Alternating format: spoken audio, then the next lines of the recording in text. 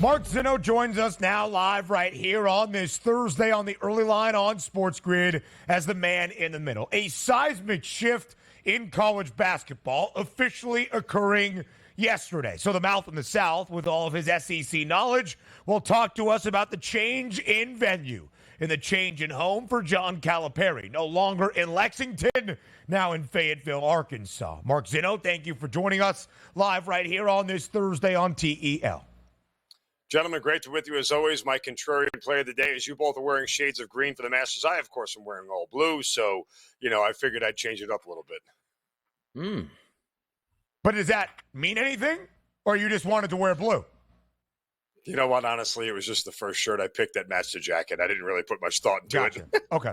There you go. Enough. I did wear green for Masters Thursday, so I guess in a way it is contrarian. All right, Zinnno, let's talk about what we saw this week in college basketball. We'll get some thoughts on the end of the season and the national championship game on Monday in just a few moments, but really the main storyline leading up to the national title game on Monday night in Phoenix was John Calipari abruptly leaving Kentucky to become the new head coach at Arkansas. It was rumored, it was reported, and then yesterday made official. What do you make of Cal's move, leaving Big Blue Nation and now calling the Hogs? I mean, I'm still stuck between answering one of two questions. Is this more a reflection on the state of Kentucky or more about the upside that Arkansas may present as a job or at least as a program within the SEC? And I'm not sure there's really a good answer to either one of those. I mean, I think that there is a little bit of a reflection that Kentucky might not be the job that we think it is anymore, or at least one of the greatest basketball coaches of our generation feels like winning there is not as easy as it used to be. But there's also a little bit of, there has to be some legitimacy to what Arkansas as a program, the way they've risen in the last 3 or 4 years and have put themselves in, with the exception of this year, obviously. Eric Musselman did a fantastic job at playing an up-paced tempo that was fun to watch. Like, put butts in the seats at Bud Walton and, all of a sudden got this program into what people believe should have been a Sweet 16 program year in and year out. So I think both of those things probably have a little dose of truth to them. But, in the big picture, I think this still resonates more about Kentucky's not a job you leave on your own. You either get fired or you retire because you've done enough there to warrant retiring. Like, there's not many people that pick up and decide, hey, I guess what? One of the blue bloods in this country, I guess I'm just going to walk away from it because there might be something better out there. I mean, is this really an upgrade for Cal? At best, it's a lateral promotion, if that's such a thing. And, now he's just going to go take on a new challenge. Mark, Cal was really good at Kentucky. Now, do we have the expectations a little bit too high where he should have won 4 and 5 national championships with the talent he got in there? Maybe so. But a 32-11 tournament record, 4 Final Fours, and a championship. My question to you is, with Cal leaving Kentucky and going to Arkansas, sometimes coaches try to reevaluate their position and say, well, Kentucky, I was all in. Just give me the best players, one and dones. Let's see if we can make a run to the tournament. And it didn't end with as many championships as most of Kentucky expected. Do you think he's going to change his stripes a little bit going to Arkansas, maybe more transfers, more players that can be cohesive and play for 4 years? Or is he just going to bring his brand of, get ready, we're going to be unbelievable recruits, and we'll see how it turns out? It is interesting, given the NIL and the transfer portal and the sort of free agency that exists in college sports today, and now particularly with basketball, where, one and dones are still theoretically a thing, but for the most part, it's, guys are one and done at any given school that they want. I mean, does Cal have some measure of control more at Arkansas to build with 2 or 3 core guys for 2 or 3 seasons?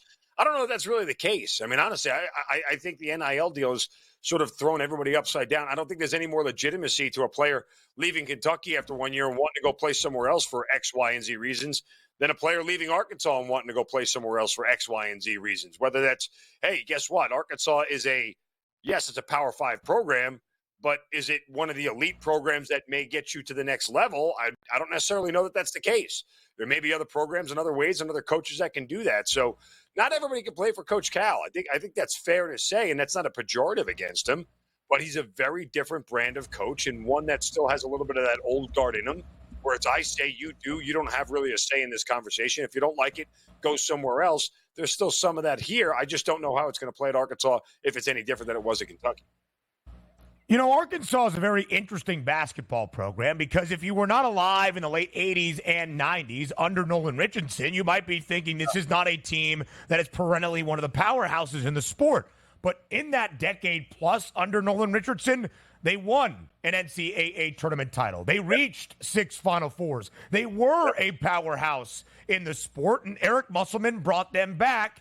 Not this year, but they made 3 consecutive Sweet 16s from 2021 to 2023. And those first 2 big dance trips, they made it all the way to the Elite 8. The Razorbacks are in a good place. You need more evidence of that? Look at Calipari's introduction yesterday. John Tyson, the billionaire heir of Tyson Foods, the chicken company, was given a standing ovation, and they played Chicken Fried by Zach Brown Band as he stood up in Bud Walton, and everybody saluted his hard work of bringing Coach Cal to Fayetteville. John Calipari had a great line in his introductory press conference when he said, "I've met with a team. There is no team. It's the NIL and transfer portal era. When you have a change in leadership, a lot of players look to leave and to find a better destination for themselves. There is a lot to build now at Bud Walton in Fayetteville, but expectations are going to be the NCAA tournament at bare minimum and probably the second weekend of the big dance. It's the very same expectations, they're going to have in Lexington. That is why John Calipari was kind of shown the door, not fired because of the buyout, but of course did not have the belief from Mitch Barnhart, the AD in Lexington, and Big Blue Nation. They have not reached, has Kentucky, one of the all-time winningest programs in the sport, the second weekend of the big dance since 2019. Kentucky wants that, needs that, frankly deserves that as a basketball blue blood. And yesterday's, an electric moment on this show. In our final segment, John Rothstein was here. He's looking at his phone. He had to dart quickly because he was getting calls. His phone was blowing up. Sources telling John Rothstein that Kentucky plans to officially meet with Baylor's Scott Drew regarding his head coaching vacancy in the near future. Led to a great day on social media in the college basketball realm. What would you say of this hire if it happens? Would this be a good hire for Kentucky to get Scott Drew? I would lean yes. And look, more than anything, this style of play that Scott Drew brings is probably more going to play well with the fan base. Like, look, if you want to bring a defensive style coach and one who's going to slow it down and muck it up and win games ugly, that's all fine and good. But the minute you have a 3-game losing streak, only because you're scoring 62 points a game, the entire fan base at Kentucky is going to revolt because it's not what they're used to doing. They're used to seeing teams fill up the bucket and fill up the stat sheet on the regular. So at least if you're getting Scott Drew, Baylor's up-tempo offense and the rate that they shoot threes, that'll play well for fans in Rupp Arena, and at least it'll be fun and exciting. You just got to be able to figure out some sort of defense and how you're going to play it better than at least what they did this year. So, yeah, I think Scott Drew is the guy that I would be drawn to. I got to wonder this, guys, and is it fair to ask, is Kentucky still the desirable job that we all assume it is? I know it is, but is it really, if you're looking at, hey, give me the top 10 best jobs in college basketball right now, is Kentucky really there? Like, are we teetering on? Unequivocally, yes. Okay, but without a doubt, yes. No, Alabama's better. I would argue. These guys are ridiculous. I would argue that it certainly doesn't have the same solidification with inside the top 5 that it used to, and that there are programs right now that are elevating that look a little bit more attractive. I mean, look, filling John Calipari's shoes is not going to be easy, right? Like, you never want to be the guy after the guy. Look, Ben, look at the look on your face. Guy after the guy. They haven't been to the Final Four since 2015. This is Kentucky. The guy after the guy. They haven't reached the Sweet 16 since 2019. It's not like they're coming off a national championship run. This isn't 2013. Cal is one of the all-time legends in college basketball. If you get Kentucky to the Sweet 16, you will have done more for that basketball program in the last half decade than John Calipari did. It's Kentucky. They don't care about lottery picks. They don't care about first-round selections. They care about winning at Kentucky. That's what Big Blue Nation is. I'm not debating that. I mean, Donnie, back me up here. Like, I mean, does it feel like Kentucky has the same allure that it used to? It does. Here's my point on this.